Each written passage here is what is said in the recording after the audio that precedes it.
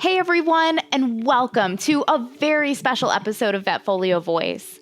Some of you may remember that a few months back we released a very cool episode that we recorded at VMX where we asked veterinarians attending VMX to sit down with us in our podcast booth, affectionately known as the Fishbowl, and tell us their stories. Well, what you may not know is at the same time I was sitting down with these veterinarians, our very own VetFolio staff CVT, Sam Sacasa, was doing the same type of interviews with veterinary technicians. And as you can imagine, they had some pretty incredible things to say. So I'm going to step away from the microphone for a minute and hand it off to Sam to introduce another Community Stories episode, a style that is so quickly becoming one of my favorite types of interviews. So Sam, welcome back to the podcast. You're kind of in the driver's seat again. This is exciting. We both sat down at VMX and I sat down and interviewed some veterinarians, and you were able to track down some veterinary technicians and talk to them about some of their stories. I did. It was so fun. It was very man on the street. We just sort of looked for those color-coded technician tags and grabbed people, and it was great. It was very cool. It reminded me of just growing up, watching television and seeing those sort of on-the-fly interviews. And so the fact that I got to do something like that was really fun for me. Absolutely. I love a lot of the responses that we got because when you have this, like you said, man on the street style interview and, people, they don't know that you're going to even stop them, let alone what the question's going to be. I feel like we get some really genuine answers that, I don't know. I felt like, at least with my experience doing this, it really made me reflect on my own experiences as a veterinarian.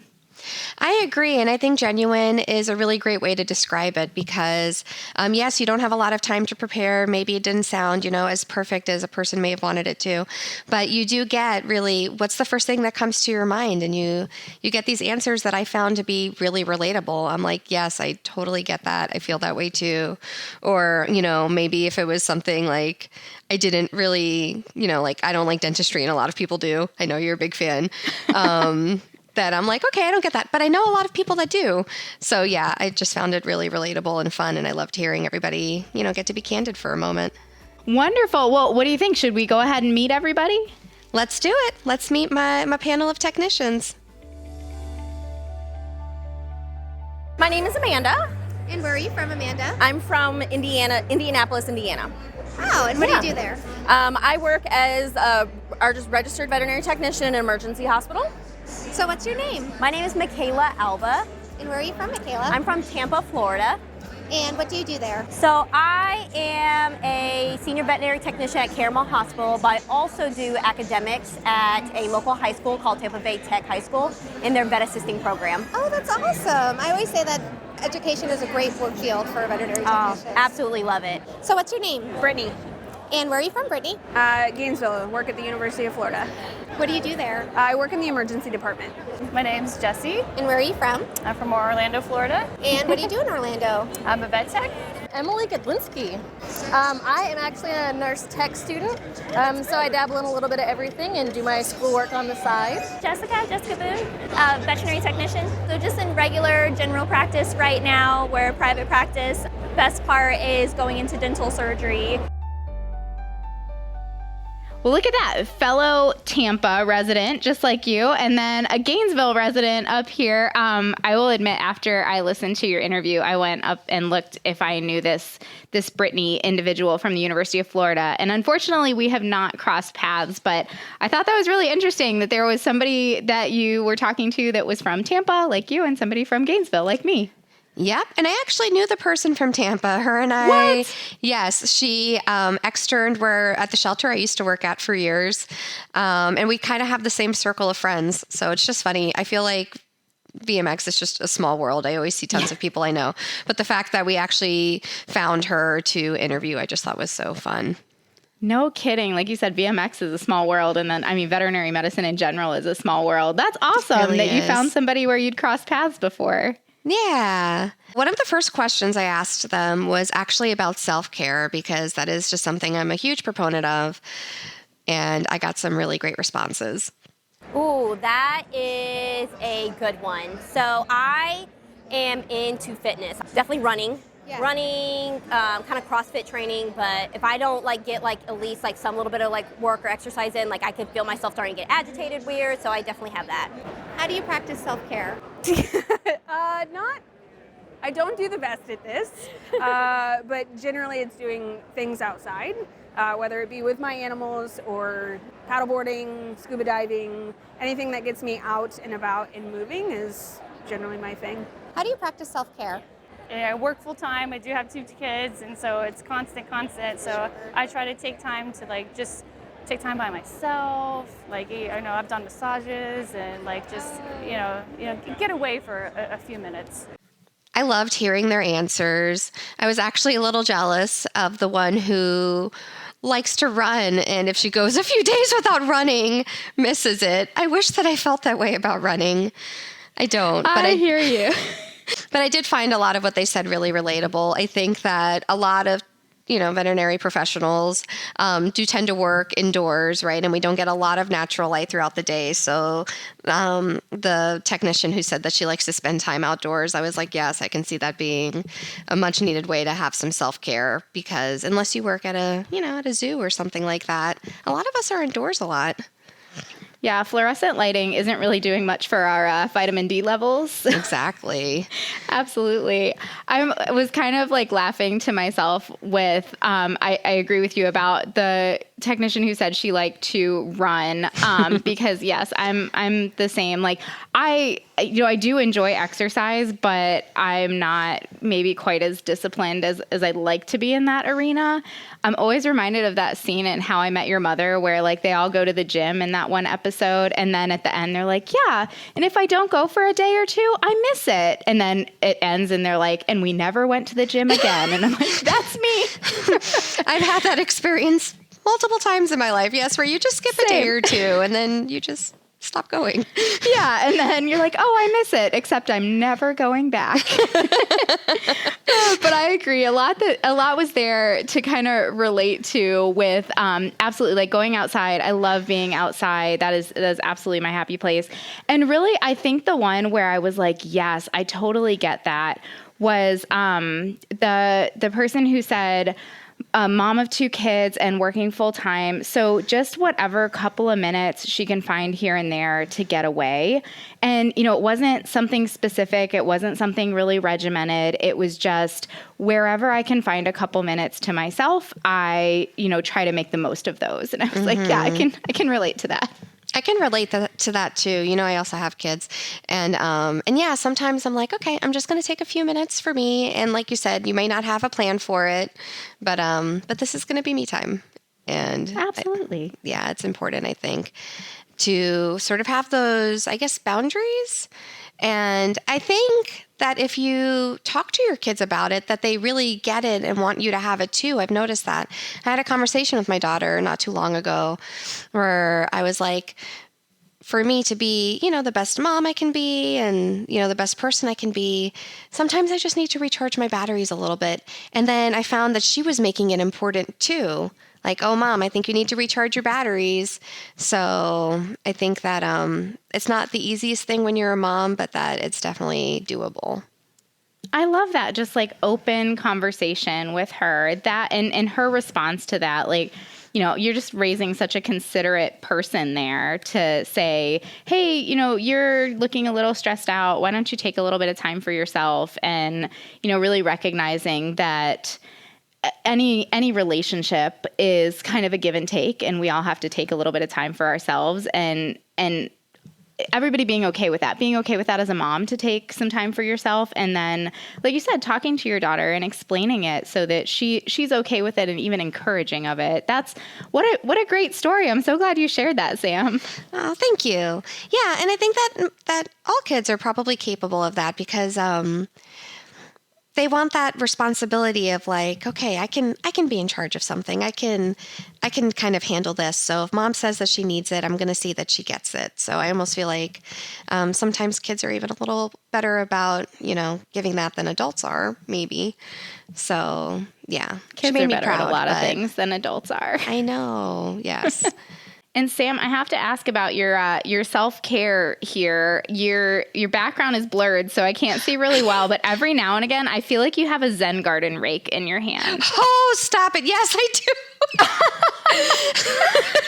I was like, are you Zen gardening while we're podcasting? I am. I do it. Oh my gosh. I do it all the time. For the longest time, my thing when we would have meetings would be Play-Doh. But my kids don't play with Play-Doh that much anymore. So I got a Zen garden not too long ago. And yeah, that's one of my little keep my hands busy, and it helps me relax throughout the day. I love it. It's so smart. Because yeah, it gives you something to do. I could see Play-Doh being really helpful too. Yeah, I loved the Play-Doh, but maybe one day I'll just buy it for myself. But since it hasn't been in the house recently, I just kind of moved on to something else. But I am really enjoying my garden. I can bring you 5 containers where all the colors have been mixed together. Oh, I love mixing the colors. I'm not bothered by that at all. Yeah. So one of the things that I love about veterinary medicine is, of course, that it's so dynamic. There's so many different things you can do. I think a lot of us have maybe the misconception when we first start, like, okay, I'll probably just end up in a general practice. And then your eyes kind of open to a lot of other opportunities and cool things that you can do. So one of the things that I asked the technicians was, what part of veterinary medicine do they love and maybe don't love working in? Because I just love hearing how people get to sort of take parts of their personality. Like maybe if you're an adrenaline junkie, you love emergency medicine, or seeing how that translates into their career paths. What type of medicine do you love working in, and what type of medicine do you have no desire to work in? I love doing rooms. So I like interacting with the owners and like educating them, and I kind of like scan a lot. Like the emergency medicine kind of makes me a little nervous, so yeah, it tends to stress me out a little bit. So I like to stay in the rooms and educate the clients and be there for them. Oh, I love that, because I feel like a lot of people think that veterinary technicians aren't people, and I feel like a lot of us are. Yeah. I enjoy emergency medicine. I guess least favorite would probably be like internal medicine things, if that makes sense. Yeah. It does. Like nothing too I enjoy, because of what I do, I work in the emergency department, so I do see the sickest of the sick, and I think seeing those really ill animals get to go home back to their people is what provides me the most joy. So I love that. It is such a rewarding job. Yeah. So emergency is really my jam. I love emergency. I love the fact that you don't know what's going to come running through the door.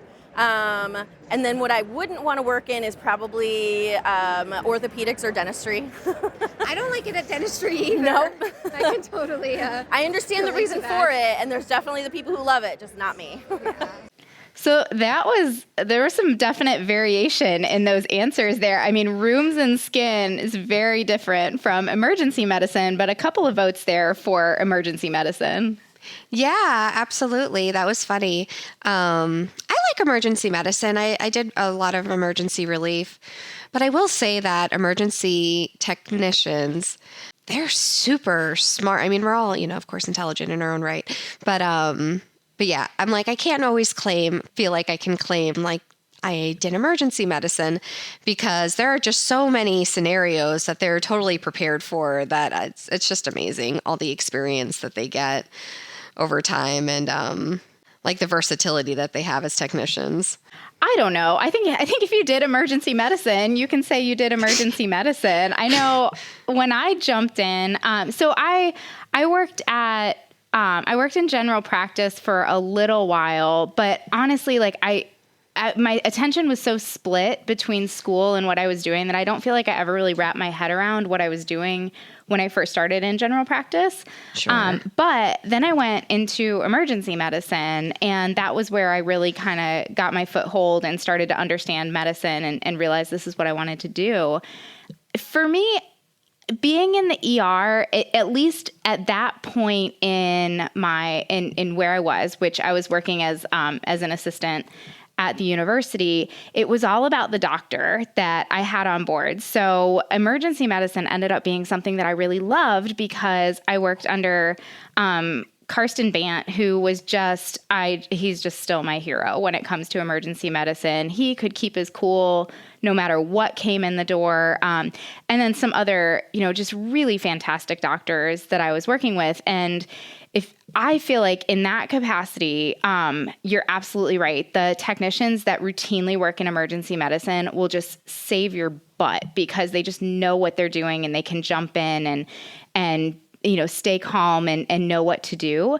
But even if, maybe you're a little bit newer and you don't have all that experience, for me, I felt like as long as I had a doctor there who could keep their cool and give instructions matter-of-factly, I could do the technical work. I just couldn't always anticipate it because I didn't have that experience. So I try to keep that in mind when I'm dealing with emergencies now as the doctor, which it's a little harder to keep your cool as the doctor. At least for me it is.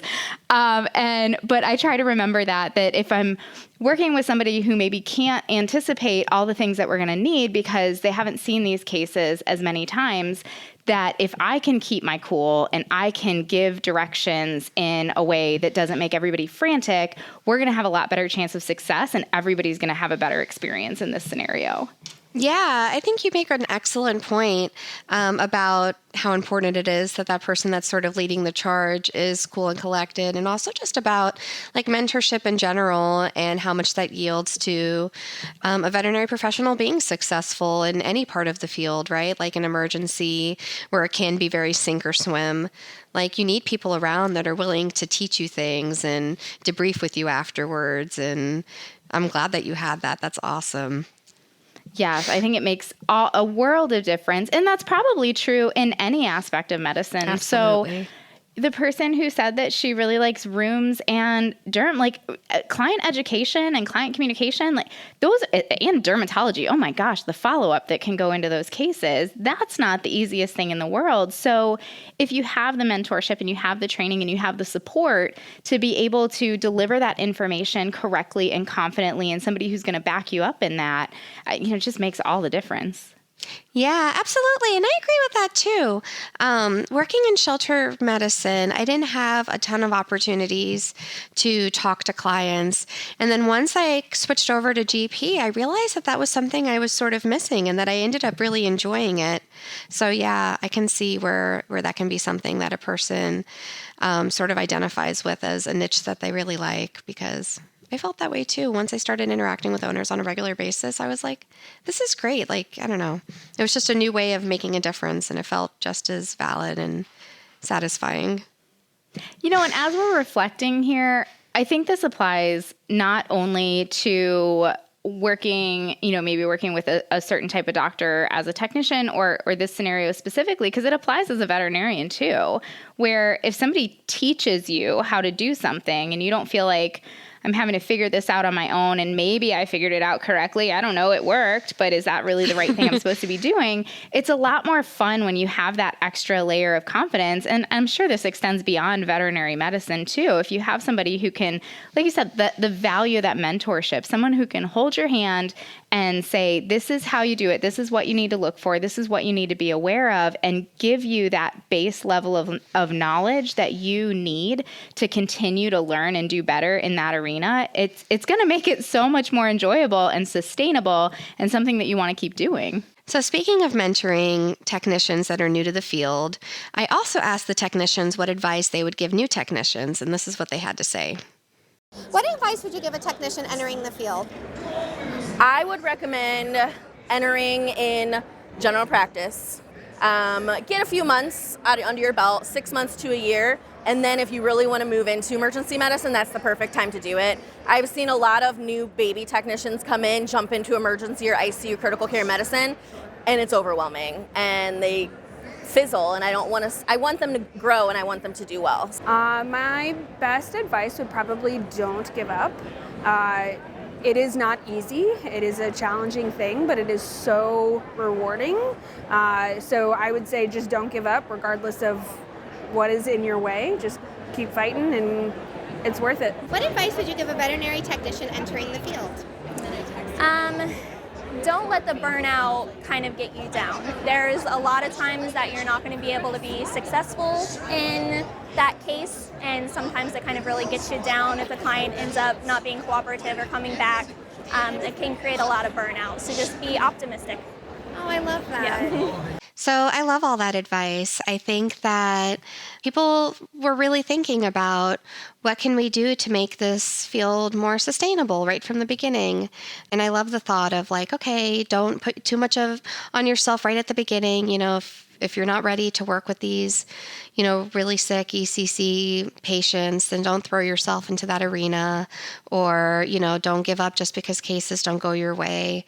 Because I do think, of course, when you have those days where, you make mistakes or cases don't go the way you want them to, it can be demoralizing. So I love that it seems like everybody really just took a moment to say, hey, this job is hard, but stick with it and kind of see the light at the end of the tunnel. I thought that was really cool. Yeah. And, I was honestly a little bit, when I heard like, don't let the burnout get you down, stick with it because it's really hard, but you'll come through. I went, man, like, I don't want people to, and talk about fizzling and things like that. Yeah. I'm going, man, I certainly don't want the technicians that I'm working with to feel like, okay, I just got to stick it out.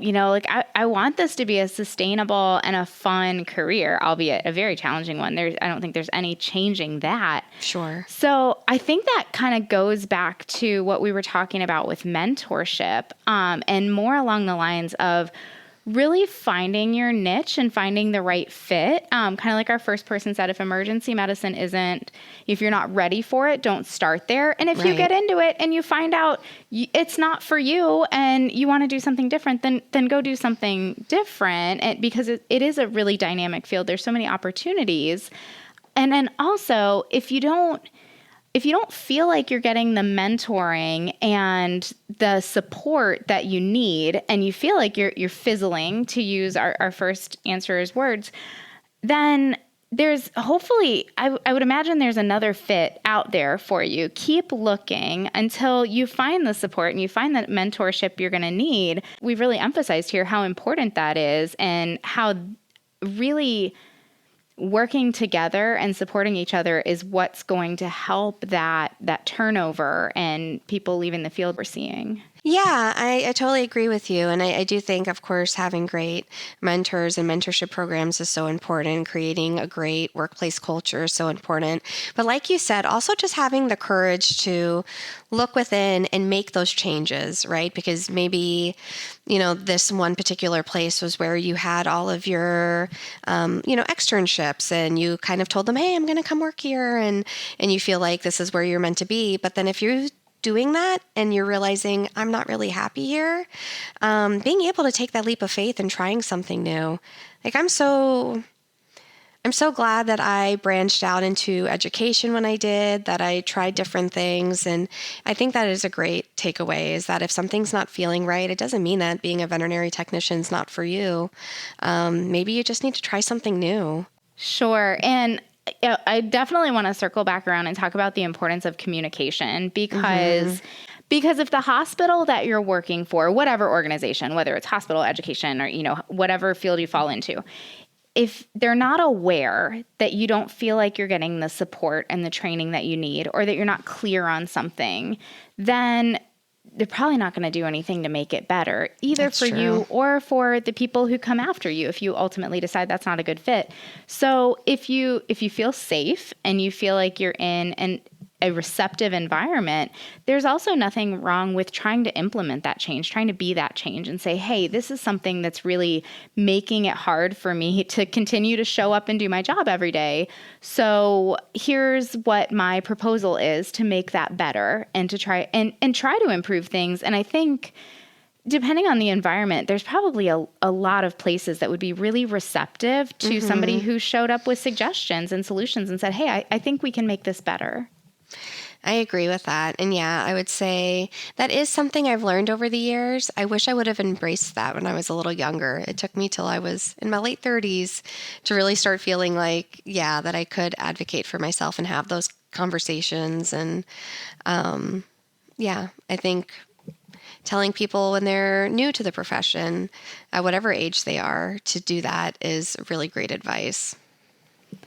And I'm the same as you. It's easy for me to also sit here in my late 30s and say these things, but early 20s, Cassie might not have taken to that quite as quickly. I know, but if you had somebody around to tell you, hey, this is okay, then maybe you would have. So, Absolutely. yeah, it's a lesson that I'm happy that I learned and that I do think needs to be passed around for sure. I also asked the technicians to share their most memorable stories, which unfortunately aren't always the most cheerful, but I think a lot of us can relate to those stories where they just sort of tug at your heartstrings and stay with you forever. What's a really memorable case that you've worked on?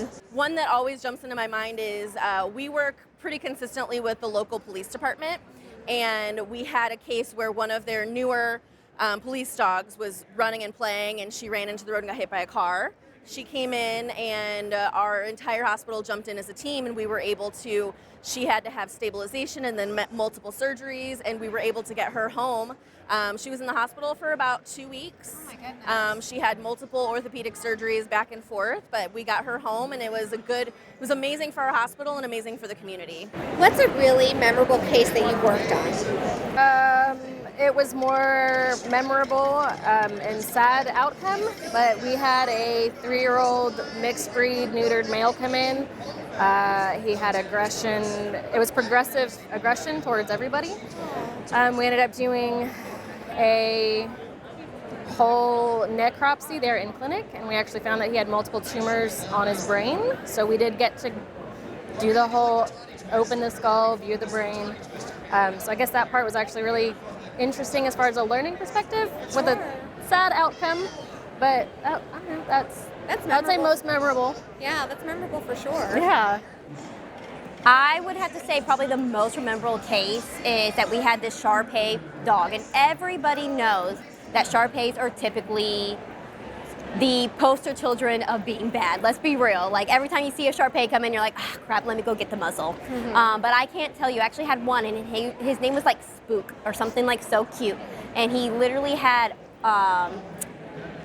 osteosarcoma, and the owner did everything, and he was the best, perfect dog. We absolutely loved him, and it was just like so, and the owner went above and beyond, you know. And we also kind of knew too, like, you know, with financial restraints, and that always like gets on our heartstrings too, because, you know, we want to help every dog, and we know that, you know, the owners want to help every dog, but like, you know, it's at some point, like, you know, at what cost, you know, and we have to have those hard conversations, but she still kept pushing through, and the poor, like the dog, literally its quality of life was even more than like the oncologist said. Like it was just like above and beyond, and he was like the perfect like patient that we ever had. So he like is still like in my heart, and I just love him so much. You'll always remember. I know. That's an awesome Yes. story. He actually popped up on my like Snapchat story, and I was like, oh, Spook.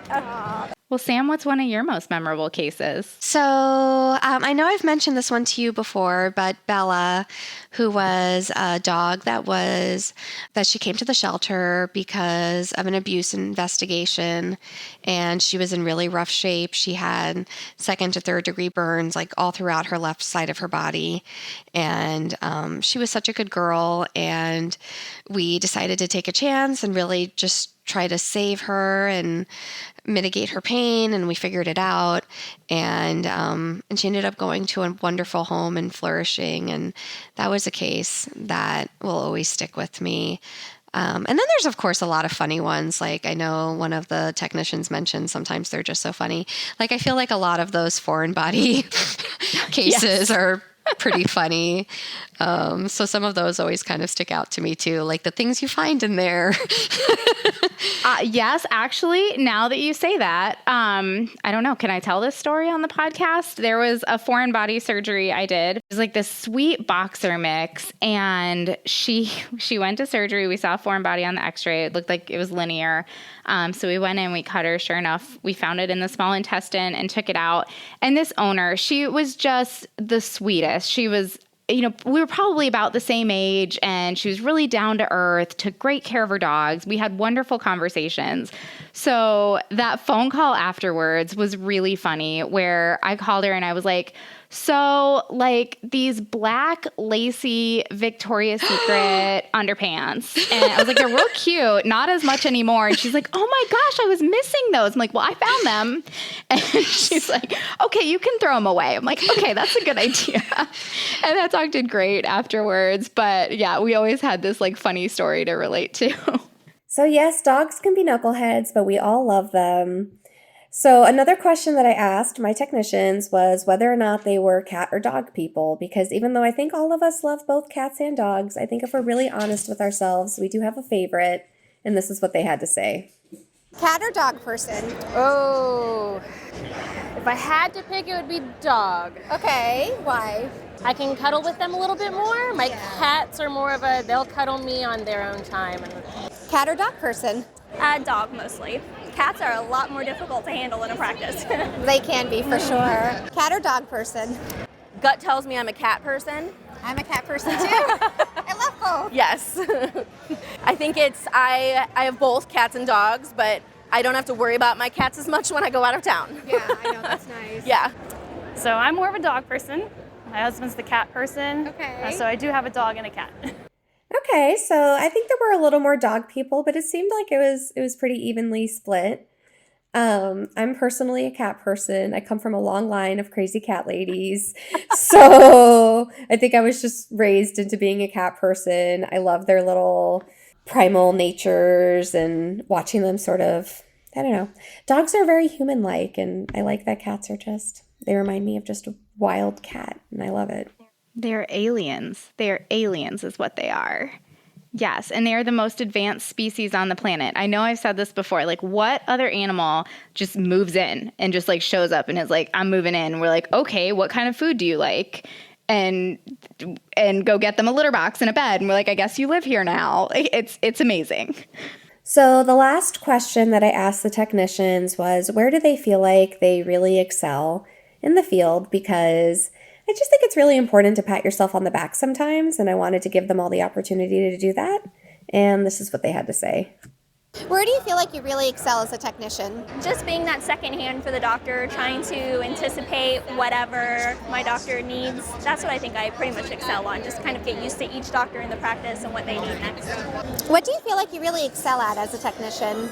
I guess I'm a little biased about it, but like definitely education-wise. Like I love client education. I love teaching like our new assistants that come in, the technicians, just all like the standard, operating procedures, everything from day to day, and even like trying to improve and enhance like their skills and my skills. So I love that you're passionate about education. I think that's really important in this field because we need to mentor younger vet techs so that there's not so much attrition. Yes, 100%. Just like keeping that like stability and just keeping everything like just trying to make it better than the best. I always like tell my students, like, we want to be that education. We want to have it, or we want to have that medicine, everything just better, just have it better than that best in that. I love that. Where do you feel you really excel as a technician? Client communication when it comes to dermatology subjects. I love that. That is so important because it's such an overwhelming condition to have. Yes, and it's lifelong, and a lot of times owners don't realize what they're getting into. And I have a derm dog myself, so I feel like I could relate to them and relate to the struggles and the frustrations. So that I like that. A lot of client communication and education. I feel like it was pretty across the board. That was interesting. Yeah, and that's something that I think we always say is a big part of the technician's role. And so to hear that that they're really embracing that, I think is so cool. Do you think that plays a role in why they are thriving in the field is because they really enjoy those aspects of the job, which are so critical in a lot of different scenarios? Yeah, absolutely. Because think about, like, if you felt like you really didn't enjoy talking to owners or educating owners, or, if that was something that was annoying or frustrating, then every day would sort of be annoying and frustrating. So, of course, you're always going to have those moments, but yeah, I think sort of embracing that, yes, I know a lot about this, and yes, I'm going to impart this knowledge onto these owners is really powerful. It kind of makes me think, too, of our role as the veterinarian to really empower our technicians that we're working with to say, not only to empower that education and say, yes, you do know what you're talking about. I have confidence in you that you can explain this and understand it well, but also to impart that confidence to owners and say, I'm going to let you talk to so-and-so for a little while, and he or she can explain it just as well as I can. The technician can really embrace that as part of their role and definitely have like the veterinarian support. And then in turn, you're also helping that owner's bond with their pet because they're capable of it too, and helping them understand these conditions and making sure when they go out the door that they feel good about it is really making a big difference in that owner's life and in that animal's life. Absolutely. And I also appreciated the person who said she felt like her strength was anticipating the doctor's needs. That makes me, yes, me too. That makes me so happy that was an area that she felt like was important because, of course, I always appreciate somebody who can see what's coming and, anticipate where I'm going to go with things. But I don't want to put that as a burden on someone else. So to hear, somebody say, actually, I really excel at this and I enjoy it was very refreshing to me to hear. I went, oh, good. Maybe I'm not just like burdening the people around me.